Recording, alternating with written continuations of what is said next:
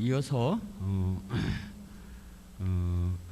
그 이영권 선생의 발제를 듣도록 하겠습니다. 이영권 선생의 오늘 발제 제목은 이마의 독서 목록에 반영된 시대상입니다. 이마가 당대 사회와 관련해서 어떤 책을 읽었고 어떻게 대응을 했는가를 요약해서 듣도록 하겠습니다. 20분 안에 역시 끝내주시기 바랍니다. 네, 이영권 선생은 이제 충남대학교 국문과의 교수님으로 계시고 최근에 아주 뛰어난 아주 좋은 실론과 저서들을 발표해서 저를 깜짝깜짝 놀라게 하시는 그런 분입니다. 저도 많이 배우고 공부하고 있습니다. 말씀 듣도록 하겠습니다. 네, 지금 과찬을 받은 충남대학교 이영권 교수입니다. 인사드리겠습니다.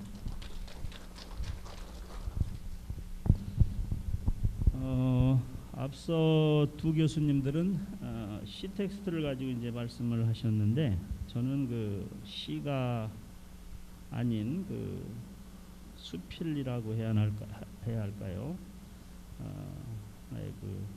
뭐 평론이라고 볼 수도 있겠네요. 수필 내지는 평론에 관한 글이기 때문에 아마도 좀 흥미가 덜할 것 같은데 제가 이제 이 글을 쓰게 된 동기는 저는 기본적으로 문학이라고 하는 거에 대해서 문학이 뭐냐라고 정의를 내리라고 하면 다른 거 아니다. 읽고 쓰기다. 읽고 쓰기. 또는 살고 쓰기다. 이 문학을 얘기할 때도 가능한 얘기죠. 문학뿐만이 아니라 좀 확대해서 인문학을 얘기할 때도. 그런데 그 작가들의 경우 또 시인들의 경우를 보면 읽고 쓰는 일이 조화롭지 못한 분들이 상당히 많아요. 사실은 제가 보기에는.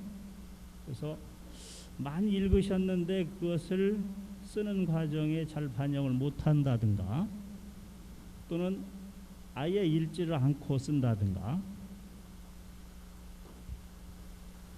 이런 경우가 상당히 많이 있습니다. 제가 보기에는. 그래서 저는 그 문학이라고 하는 게 읽고 쓰기라고 했을 때 그런 읽고 쓰기를 참 잘한 그 문인이 누가 있을까라고 했을 때 이제 물론 많은 문인들이 계시지만은 제가 보기엔 이제 임화라고 하는 이 시인이 또 이 평론가가 거기에 해당되지 않나 해서 임화의 그 독서 목록에 관해서 한번 관심을 가져본 것입니다.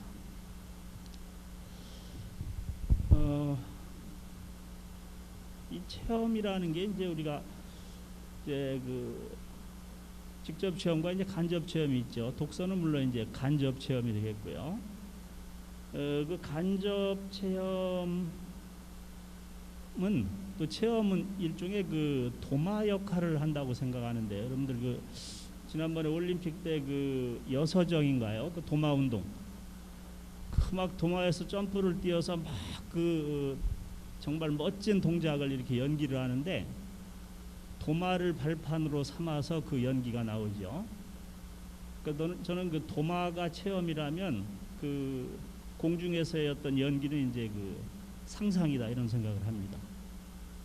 그래서 결국은 체험과 상상이 그렇게 잘 조화를 이루었을 때 멋진 도마 연기가 이루어진다 이런 생각을 해봤는데요.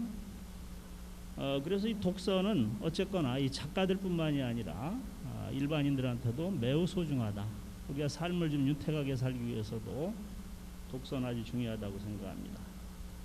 그리고 임화는요, 기본적으로 독서를 많이 할 수 있는 환경 속에서 나고 자랐습니다. 그게 뭐냐면은 임화는 거의 뭐 무남동녀로 이렇게 자란 거로 되어 있습니다. 물론 이제 호적 같은 것이 지금 거의 멸실돼서 잘 확인은 안 되지만은 어려서부터 아주 고독하게 자랐고 또 고성고보를 중간에 중퇴하게 됩니다.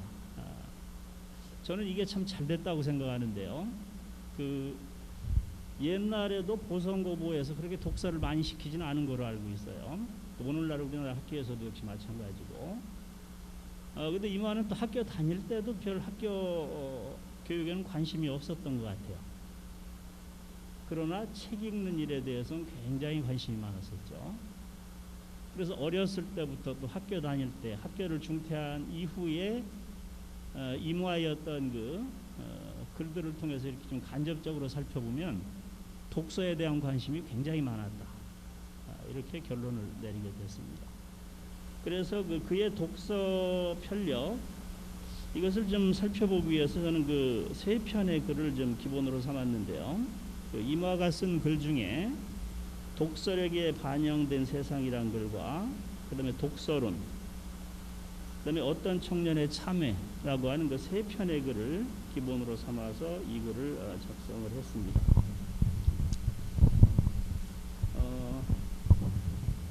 여기서 이제 핵심은 그 어떤 청년의 참회가 되겠는데요.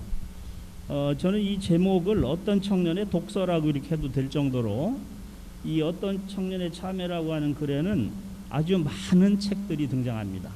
자기가 어렸을 때부터 읽은 도서 목록이 쭉 나열이 되죠. 그래서 그것만 보아도 이모아가 얼마나 독서를 소중히 여기고 실천을 했는가를 우리가 알 수가 있는데요. 서론 부분은 결국은 독서라는 것이 이모아의 입장에서 지적인 만족과 쾌락의 길을 가기 위한 하나의 매개다라고 이렇게 생각을 했다는 겁니다. 물론 이때 이제 지적 만족이라고 하는 것은 여기에 이제 아마 이데올로기도 포함해서 우리가 이야기를 해야 될 것 같습니다. 근데 쾌락이라고 하는 것은 물론 이제 그 정서적 쾌락이 되겠죠. 뭐 말초적 쾌락이 아니고 정신적 쾌락, 하나의 미학적인 어떤 경험 뭐 이런 것이 될 겁니다. 실제로 이모아가 읽은 책들은 문사철, 인문학 전반에 걸쳐서 다양하지만은 가장 많은 것은 물론 이제 문학 작품이 되겠습니다. 그러나 그 철학 서적들도 상당히 많이 읽었고 또 고전급에 속하는 세익스피어에서부터 괴테, 뭐 베를레느 등등 그 고전급에 속하는 외국 작가들의 작품도 상당수 많이 읽은 것으로 저는 파악을 했습니다.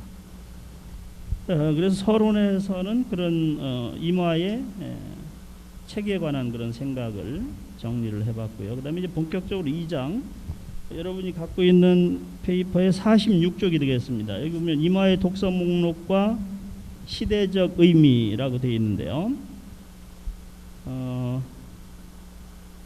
여기 보면은 그 예문을 좀 보시면 이것은 그 이모아가 15살 내지 16살에 독서를 했다고 추정되는 그런 책 내지는 작가들입니다. 보시면은 뭐 하이네 의시부터 출발을 해서요. 빅토르 후고도 나오고 그다음에 일본의 여러 작가들, 그다음에 고리키 톨스토이, 뚜르게네프, 그다음에 세익스피어의 작품들, 그다음에 괴테, 이광수, 이 노자영 뭐 잘 알려져 있지는 않지만 상당히 인기 작가였다고 알고 있습니다. 그 당시에. 그다음에 베를렌, 칼 부세까지 해서 이렇게 많은 작가들이 등장을 하고 있습니다. 사실 15, 16살이면 지금 중학생 아닌가요? 중학생? 그렇죠? 중학생.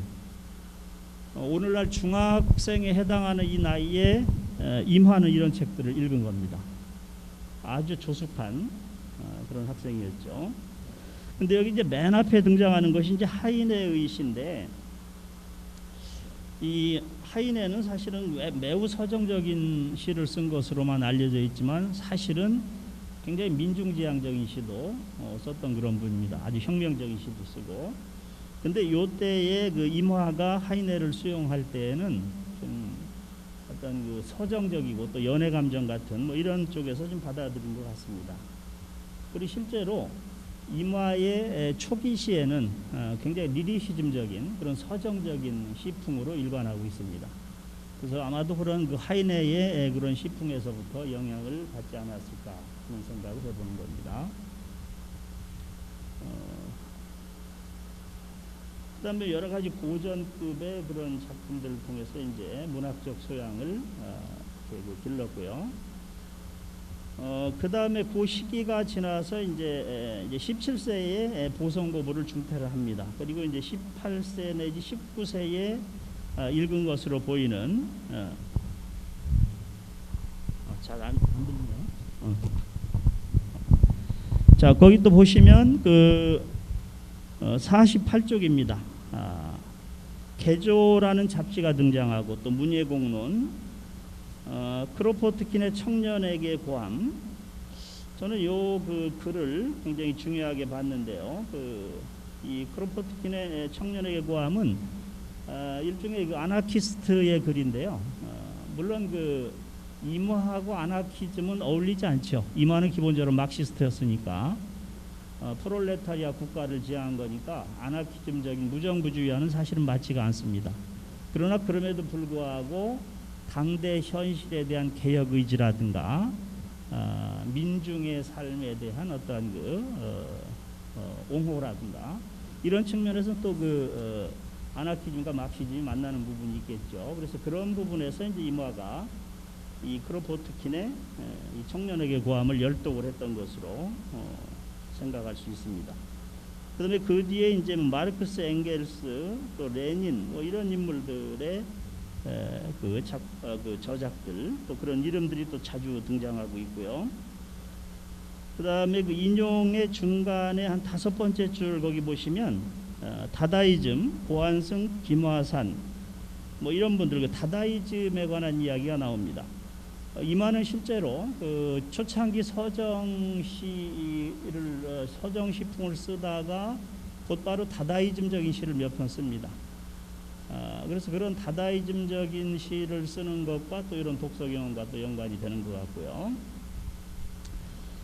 그 다음으로 이제 그 다다이즘 시 이후에는 이제 본격적으로 막시즘 시, 계급주의 시를 쓰게 됩니다. 이모가 18살 때 1926년인가 이제 카프에 가입을 하는데요. 초기에는 그야말로 그 변방에서 그 카프의 어떤 저 구석 자리에서 이제 조용히 있었는데 불과 몇 년 새에 나중에 이제 서기장도 되고 또 이제 단편 서사시라고 하는 새로운 시 양식을 또 발명하기도 하고 하는 그런 과정을 거치면서 계급주의 시인 중에는 뭐 조선 최고다라고 하는 그런 찬사까지도 받는 그런 과정을 겪게 됩니다. 그래서 임화의 그 계급주의 시라고 하는 것, 프롤레타리아 시라고 하는 것은 결국은 그의 이런 막스, 레닌의 어떤 독서 경험과 또 관련이 있다라고 볼 수밖에 없고, 그 외에 이제 같이 카프 활동을 했던 그 카프 맹원들의 여러 가지 그 글들, 그런 책들을 또 많이 읽은 것으로 되어 있습니다. 그래서 여기에 제시되어 있는 이 많은 그 저서들, 그다음에 저자들, 이 저자는 그들의 어떤 저작을 이제 포함하는 거로 이해할 때 상당히 광범위한 그런 독서 경험을 한 것으로 알 수가 있습니다. 그 50쪽에 가면 이제 그 20세 정도의 이제 독서 경험과 관련해서 예시가 되어 있습니다. 거기 이 20세 전후에는 영화와 관련 책들을 이제 많이 읽고, 실제로 임화는 영화 배우 역할도 했습니다. 그 카프 영화의 주연 역할을 했는데요. 단지 그 배우로서뿐만이 아니고, 그러니까 영화 이론에도 상당히 조예가 깊었습니다. 그때 당시로서. 그래서 그런 것들은 역시 임화의 영화와 관련된 그런 독서 경험, 여기서 이것과 관련된 것이다, 이런 생각이 듭니다. 이 독특하게도 시문, 우리가 상록수의 작가로 알고 있는 시문과 상당히 그 치열한 논쟁을 벌이기도 하는데요. 그게 바로 이제 50쪽에 나와 있는 그런 내용인데요. 이 짧은 예문 속에 레닌이라는 이름이 4번이나 나옵니다. 일리치 레닌. 그러면서 그 시문이 계급주의 영화에 대해서 굉장히 비판적으로 이야기하니까 택도 없는 소리다. 이 시대 계급주의 영화처럼 이 현실에서 중요한 게 무엇이 있겠느냐라고 강력하게 이제 반발하는 그런 내용이 되겠습니다. 그렇다고 해서 임화가 이 시기에 뭐 계급주의와 관련된 막스주의 그 저작들만을 읽은 것은 아니고요. 50쪽 아래에 보면 모파상의 베라미라는 그런 작품도 읽으면서 이제 삶의 어떤 근본적인 모순 같은 것을 또 자각한 것으로 보입니다. 그다음에 또 우리가 주목해야 될 것이 일본의 시인 나카노 시게하루. 시게하루와는 아주 밀접한 그런 관련을 맺고 있는데요. 한국에서의 이 조선에서의 최대 스승이 박영이었다면 일본에서의 최대 스승은 이 시게하루였습니다. 그래서 그 시게하루는 일본에서 프롤레타리아 운동을 한 작가이고 이 이모야에게 아주 많은 영향을 끼칩니다. 시게하루의 글들을 많이 읽었고 또 시게하루와 그 화답시를 주고받을 정도로 굉장히 연대감을 또 발휘했던 그런 것입니다. 그래서 그 시게하루의 그 비 내리는 품청교라는 작품을 예시를 해놨는데요. 이모아는 이 작품처럼 꼼꼼히 읽은 시게하루의 작품은 없겠죠. 아마 시게하루의 작품 중에 가장 꼼꼼히 읽었을 겁니다. 그래서 그 시를 이제 예시를 해놨는데요. 시가 좀 길기 때문에 52쪽의 그 중간에 둘레 여섯 여덟 아홉 번째 줄인가요? 오 거기 오 조선의 사나이요 계집아이인 그대들 머리끝 뼈끝까지 꿋꿋한 동무 일본 프롤레타리아트의 앞잡이요 뒷군 뭐 이렇게 해서 물론 이 시는 이제 조선으로 돌아가는 그 한국 프롤레타리아 운동가들을 이제 작별하는 그런 시인데 결국은 조선의 그러한 프롤레타리아 운동을 하는 사나이 계집들이 일본 프롤레타리아의 앞잡이요 뒷군이다라고 해서 함께 연대감을 느낀다고 하는 그런 내용이 되겠습니다. 그리고 또 하나 독서록에 반영된 세상이란 글에서 제시한 그런 독서 목록은 53쪽에 나와 있는데요. 여기 봐도 참 놀라운 그런 사례가 있습니다. 베르그송까지 읽었습니다. 보니까 맨 앞에 이제 알랭의 열정과 정신에 관한 81장 뭐 요즘도 꽤 인기 있는 그런 책인데요. 그에 독일 전후 학생의 편지라든가 또는 미켈란젤로 또 문화류 철학해서 문화인류학과 관련되는 책도 읽었고 또 베르그송의 웃음의 철학 이런 책까지도 다양하게 읽었다 이렇게 볼 수가 있겠습니다. 그래서 마지막 제 결론은 그는 읽는다 고로 존재한다라고 이제 제목을 붙여봤는데요. 이마의 어떤 독서 편력 내지는 독서 경험은 그의 시에 거의 그대로 반영됐다는 것이 제 생각입니다.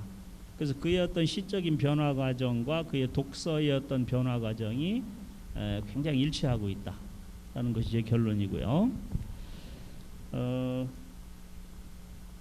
그래서 이마의 시를 흔히 그 흐름, 그 변화를 얘기할 때 초창기에 리리시즘적인 서정시, 그 다음에 다다이즘 시, 그 다음에 이제 계급주의 시, 그 다음에 뒤에 가면 이제 굉장히 전쟁시 이런 쪽으로 쭉 나가는데 마지막에 전쟁시를 쓸 때는 그 전쟁 통해 무슨 독서를 할 수 있겠어요. 그러니까 굉장히 이제 독서 경험과는 관련이 별로 없는 것 같고, 그 계급주의 시 직전까지는 그의 독서 경험이 시적인 경향과 굉장히 흡사하게 이렇게 진행되는 양상을 볼 수가 있습니다. 그래서 우리가 백독일작이라는 말도 있습니다만은 100작품을 읽고 한 작품을 쓴다라는 그런 말이 있죠. 그래야 이제 좋은 작품이 나온다는 것인데 이 이무화 같은 경우 백독일작을 했는지는 잘 모르겠지만 그러나 이무화가 적어도 그야말로 이데올로기의 뼈다귀라고 이렇게 비판받는 카푸시 중에 그나마 작품성을 인정받고 서정성을 인정받고 물론 그런 것들이 나중에 이제 북한에서 처형당할 때 하나의 원인이 되기도 합니다만 비판의 원인이 되기도 합니다만은 그러나 시의 원론으로 들어갔을 때 이데올로기의 형해만이 아니고 거기에 서정성 내지는 미학적인 언어 이런 것들을 도입할 수 있었던 것은 바로 이마의 이런 다양한 독서 경험에서 비롯된 것이 아닐까라는 그런 생각을 해봤고요. 이마는 이 시대 상황, 시대 정신에 굉장히 민감했던 사람입니다. 지나칠 정도로. 그래서 결말이 좀 불행했을지도 모르겠는데요. 그래서 당대에 좀 유명하다는 책, 이런 것들은 거의 뭐 찾아서 읽었던 것으로 그렇게 알 수가 있었습니다. 그래서 이 말을 통해서 우리는 좋은 글을 쓴다는 것은 좋은 책을 많이 읽어야 된다는 그런 아주 평범한 진리, 그러나 아주 기본적인 진리를 우리가 확인할 수 있다라는 것이 오늘 제 결론입니다. 감사합니다.